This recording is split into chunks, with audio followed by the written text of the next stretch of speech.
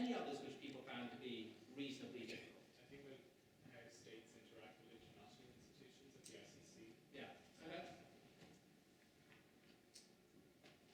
Okay. I think those are two good examples. I'll start with the Taiwan one. So, what do you find particularly challenging about that debate? What was so difficult about trying to debate a missile defense system to Taiwan?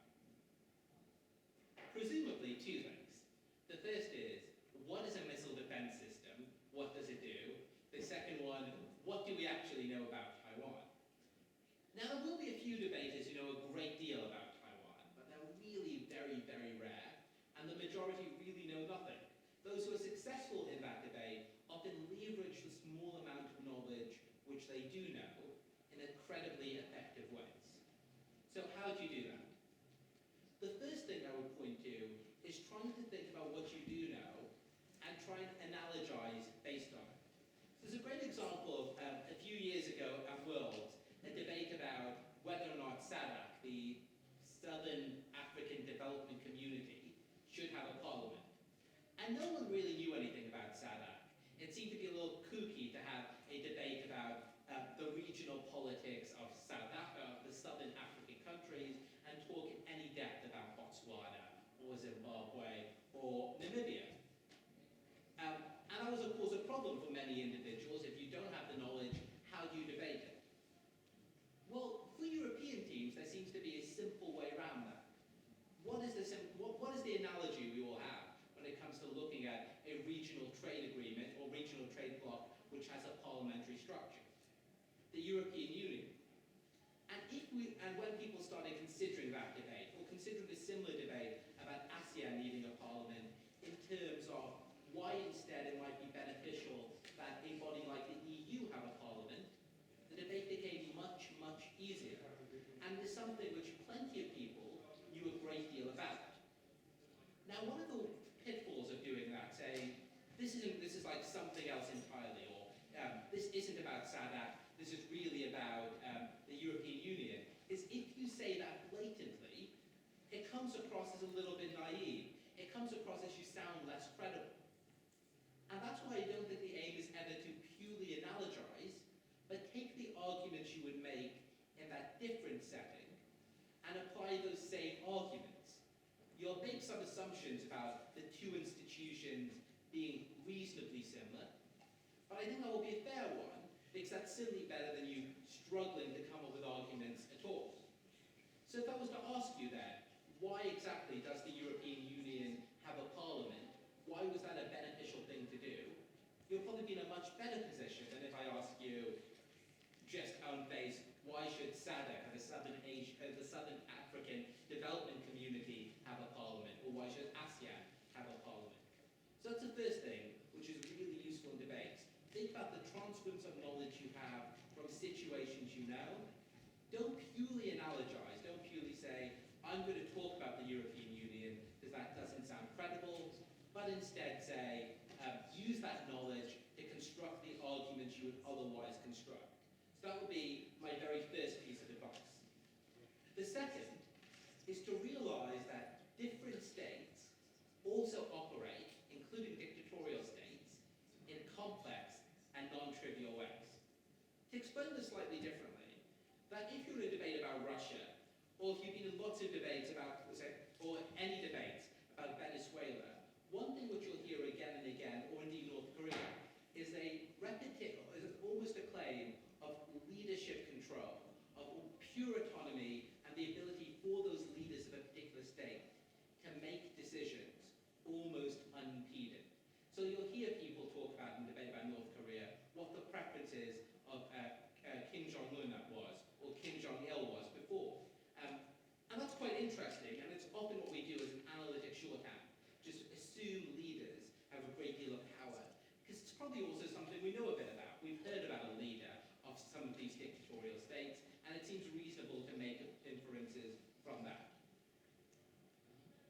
But to ask a simple question, if I said a debate about the United States or Great Britain, and a team said, well, this is the way policy is going to be because David Cameron says this, or David Cameron wants that, or this is the way policy is going to be because Barack Obama has these particular preferences, what would you say, or what would you think if you're watching that debate or you're judging that debate? It's a good idea. Wouldn't happen. Right.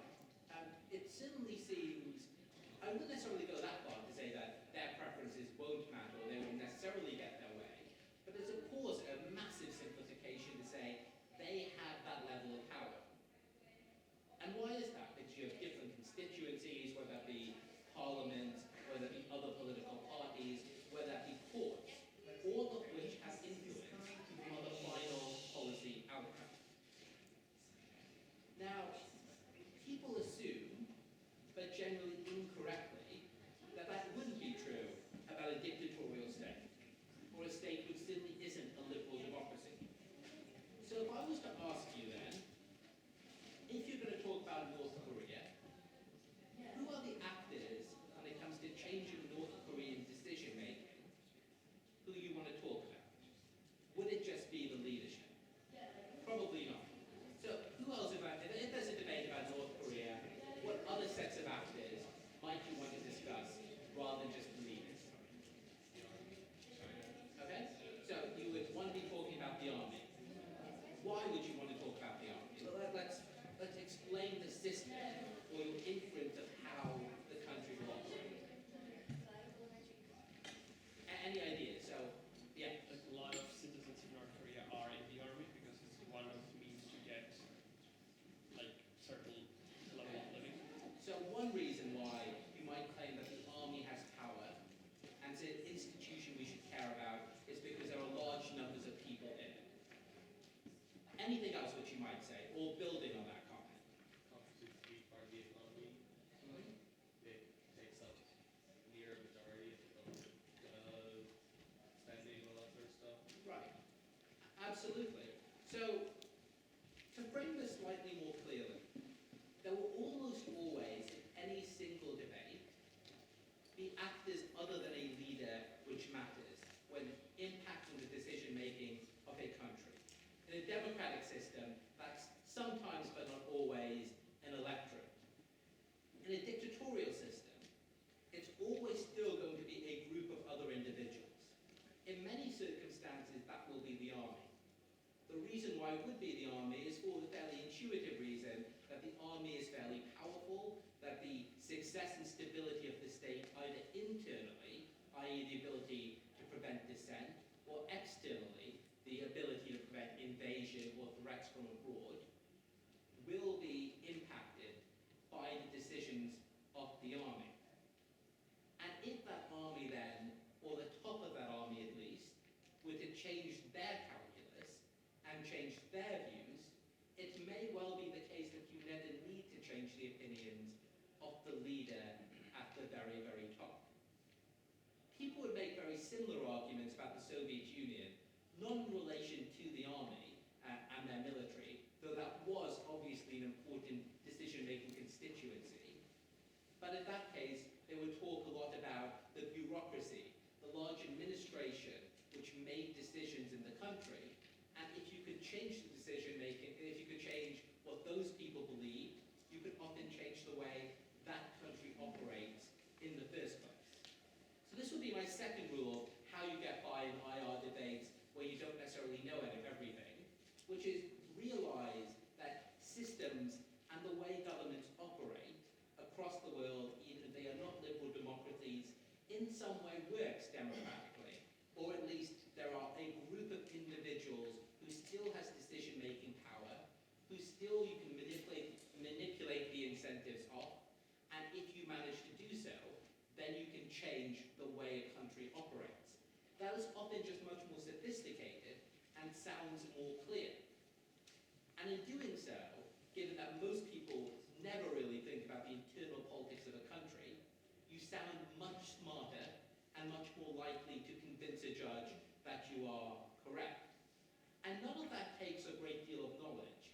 It just takes an appreciation of something which is fairly logical, which is it is highly unlikely that in any state, one individual or a few individuals holds all the policy-making power. So that would be the second hint I would give you, which is think about the internal politics of the state. That doesn't necessarily involve facts and knowledge. It involves just an appreciation that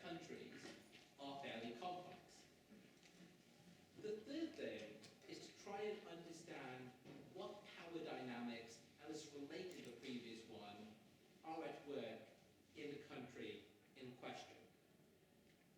So for instance, one thing which we almost always assumed until 2011 and the Arab Spring was almost a myth of authoritarian stability. That when you had states which had been reasonably stable for years on years, we assume that they will continue to be stable. We assume what was true in the past will be true in the future. Why isn't that true? Why do you have, for instance, the Soviet Union collapsing in 1989, or the Arab Spring in 2011? Obviously, the reality is very complex. There are multiple factors behind it. But if anyone tried to explain that simply, what was the problem? Why were these countries ripe for revolution? Why was revolution a possibility? Despite the veneer of stability you had had for 20 to 50 years, depending on the example. Any thoughts? Was it like speed standards in those countries? Right. So the first thing which is definitely true is that there are structural factors conducive to change. I'm going to build on them in a very specific way, which is to say, just because you have a population which is dissatisfied, people who want a change in government and a change in leadership, it is trivially obvious that it doesn't follow from that you end up with a change in government or a change in leadership. And that's the obvious example if you want to look at Libya in 2008 or 2009, a country where you still had a great deal of unpopularity and resentment towards leadership, but apparent stability. So what was occurring in those cases? I think there's a couple of things which are fairly relevant and worth considering again when you think about authoritarian states or other states. The first of these is that there are many individuals, whether part of the army, the security services, or just part of general society, who seem to be happy to support the existing regime because that is the easiest way for them to live their lives. And I think this is actually something which people talk about all the time in the 1970s and 80s when it came to the Soviet Union and Eastern Europe, where there was a great deal of dissatisfaction with those countries, but no real belief that no real popular revolution or movement against it, at least until the early 1980s. And what I think happened in those cases is there were a large group of people who would just rather not be bothered to protest, given that was a much harder way of them living. Why protest and why threaten your life? Why not just have that sign on the door saying, "Workers of the world unite," even though you don't believe that? It seemed to be the easiest way for many individuals to live their lives. But what is key is that is a constituency which in almost any state is large. It is also a constituency which is very likely not to support the old regime, or indeed necessarily support the new regime, takes the path of least resistance. And that's the first thing I think which is worth pointing out, which is in many countries you have a large group of individuals with institutional power or just power of numbers who are not ideologically committed to a regime, but often are just part of it because that's the path of least resistance for them and the one which is least risky for them. Building on that idea, though, is why then do revolutions occur? I haven't given you any kind of even suggestion about why they would occur. It's just that the fact that your stability isn't a sufficient condition for future stability. And I think there's a couple of things. The first is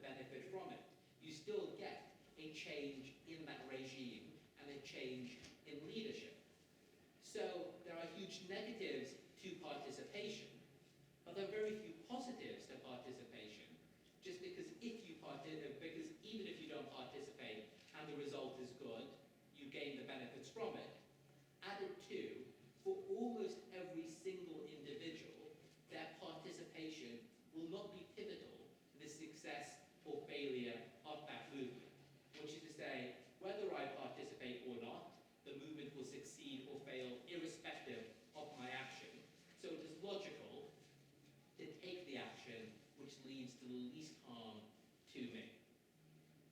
So hopefully those as ideas make sense. Why then do you end up with revolutions? Revolutionary vanguards, or a group of individuals for whom the idea of protesting is often an end in itself. The idea of being part of that movement is an end in itself, are the ones who often lead these movements and often therefore become the ones who start catalyzing a movement. And then, for instance, when you have many hundreds or thousands joining, a few others might join. Those individuals who, don't think it's that likely they're going to be shot because there's many other people with them, and at the same time, they probably want to be part of the revolution, if nothing else, be part of that revolutionary moment. And then, on top of that, you have individuals defecting. Those individuals who took the path of least resistance, those members of the army who never had a strong ideological commitment to the army, now switch sides and join a revolutionary faction. And at that point, you can have a successful revolution, or indeed, I think a lot of what we saw in Egypt and Tunisia, at least in 2011, and to some degree in 2012. The reason why I think it's important to contextualize all of that is again for two reasons. To stress, the point is that previous stability is not a sufficient condition for future stability, and you have a case where all you need are structural preconditions. That can be resentment of the regime, poverty, and then if you have a switch where you have a movement in the first place, pushing forward and gaining some traction and support, that's when you can have serious change in the country. And that, I think, is often a very useful way of thinking when you have debates about revolutions, when you have debates about poverty in countries, about why that creates political instability. Some of the reasons why it may, irrespective of what people see outwardly to be the manifestations of that regime. Are there any questions about any of that before I move on to talk about certain typologies of IR motions which come up? Any thoughts on that? Any questions at all? Great. So now I just want to talk briefly about some of the general kinds of ideas which come up in IR debates and the ways of dealing with them. So I've already talked a bit about knowledge and some of the structures and schema you can use to make yourself seem like you know a great deal. But I think people often miss that, or at least don't quite appreciate that international relations debates are the same as all other debates. You have to show three things. You have to show something's true, something is good, and something's important. Like every other debate, there isn't a huge difference. And like other debates, you have repetitions of arguments which will come up again and again and again, and repetitions of themes which will come up again and again. There's probably four of these. The first one is probably what we see the least of now, which is pure invasion debates. This house would invade Zimbabwe, or this house would, 4 years ago, have invaded Burma, or something along those lines. Those debates, I think, are still debates which will come up. People will still quite like to set them, because they're fairly broad. There's obviously a great number of arguments, and fairly easy for adjudication teams to come up with something that simple. In those cases, all you need to think about, and what's always good to have prepared and have thought about, is what kind of models can we use to try and know before the fact, if you get one of these debates, what is the likely model we're going to use? And there will be three questions you would ask yourself. What institution is the one doing the invasion or doing the humanitarian intervention? The answers in debates are almost always one of three, which is the United States, NATO, or the United Nations. There are a few people in a few cases where you might choose to do something a little bit more esoteric than that, or something which is about different actors, but by and large, it will be about some major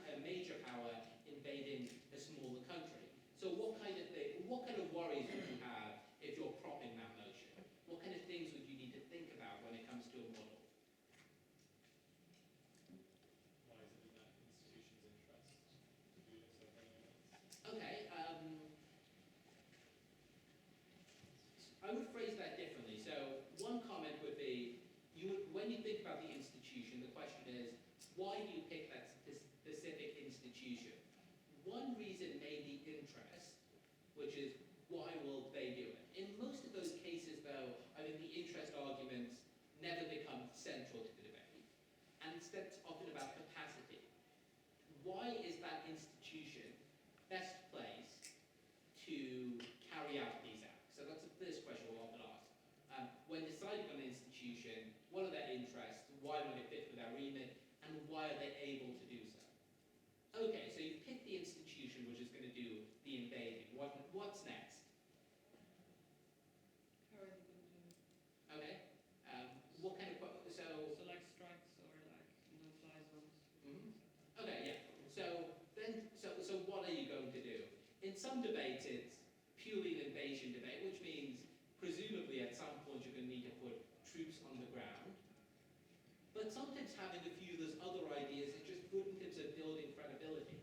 So for instance, if I was to say, a point of my model will be, obviously, like all other reasonable invasions, we will start with a campaign to suppress enemy air defenses.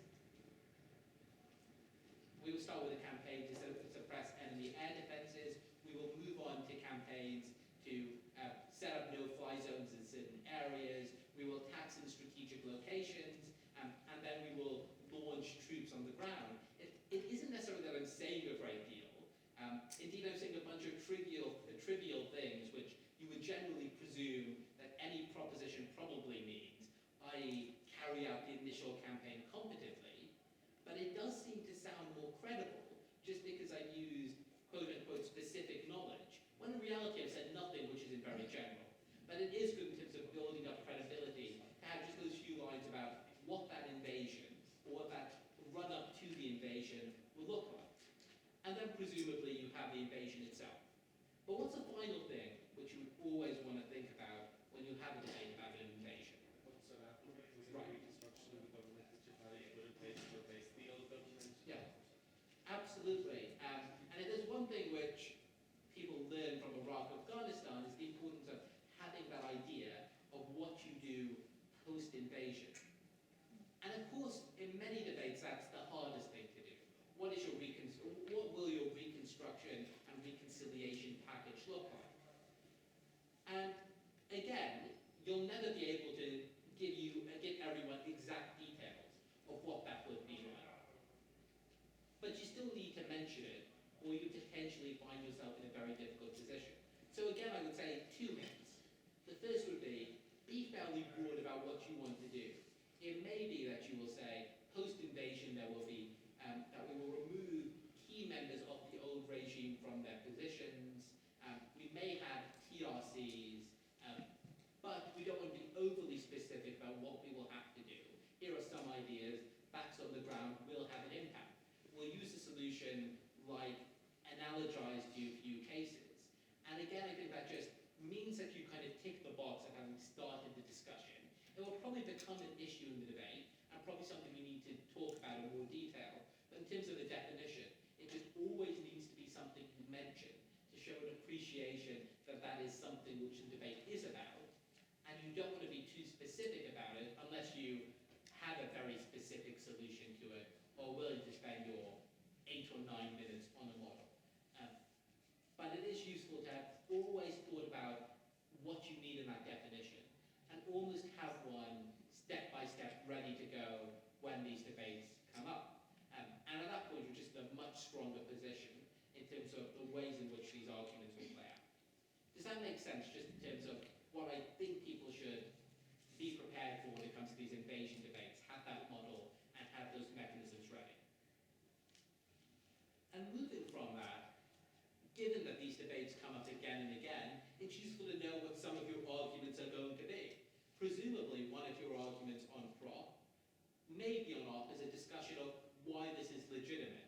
And the second might be discussion of why you can actually do this in terms of capacity.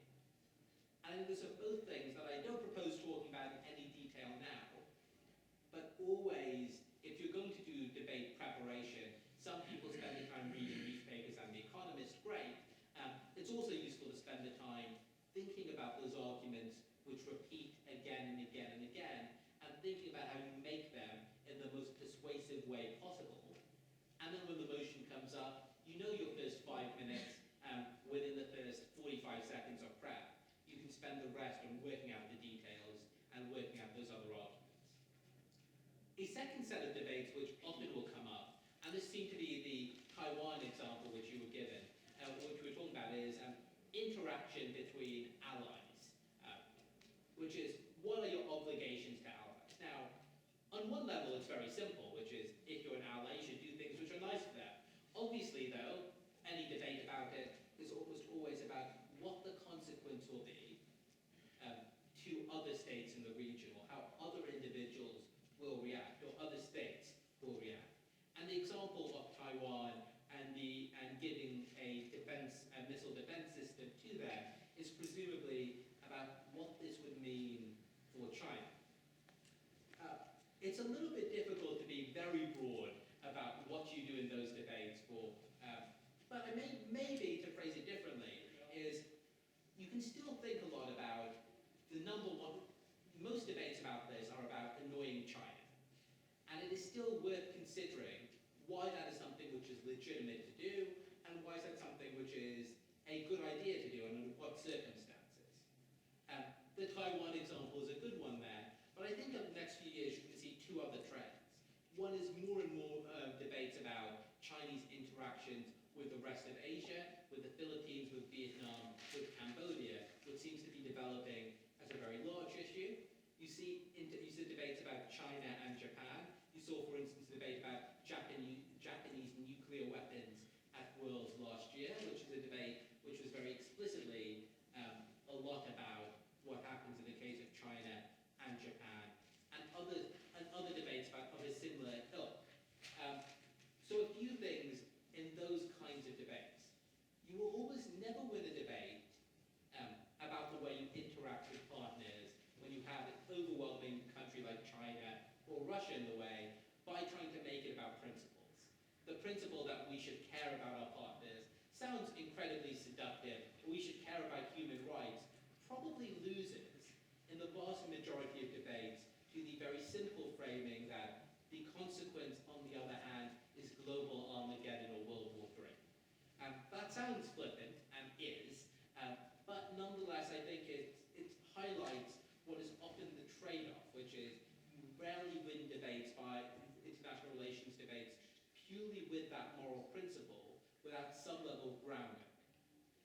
So again, I think this is a useful case where it's worth considering how does China react and what kind of priorities does the state have. And then that goes back to what we talked about earlier, which is what schema do you have for discussing non-democratic states? What kind of incentives do they operate under? What do leaders in that country or the important selectorates in that country care about? So what would you say in the case of China?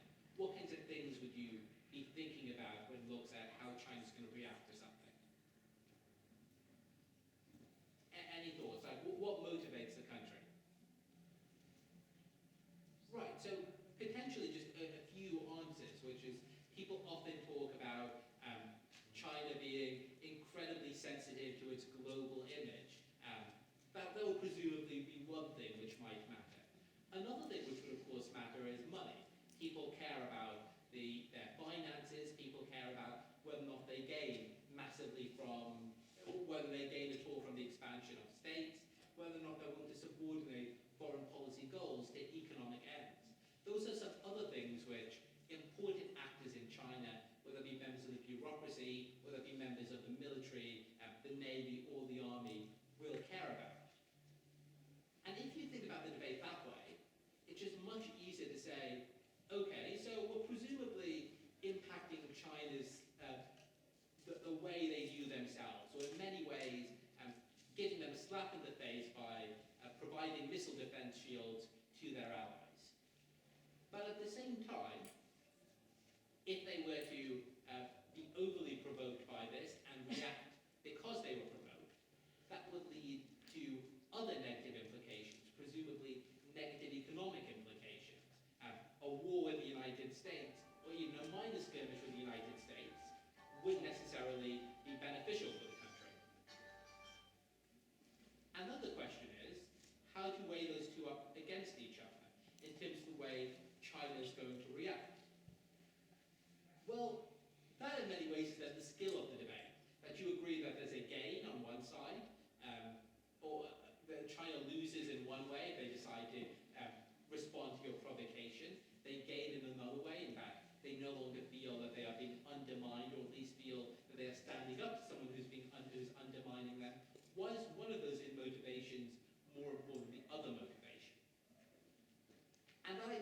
involves considering how you're going to frame the debate. Maybe you're going to say that individuals aren't necessarily rational, that their economic interest doesn't become primary in many of these cases. It might be because that's not what the army cares most about, or something along those lines. It might instead be that the people with the most power in the country, those who are part of the bureaucracy, are themselves wealthy individuals who own state-run enterprises and will care a great deal more about their financial means. Sure, they care about both, but probably will be unwilling to take the financial hit. And just the way to frame that debate can make it much easier for you to win. Say, this is what the country cares about, and this is what the country cares about most. This is what they lose. And then I think you have a strong set of arguments. None of that really involves a great deal of knowledge about Taiwan.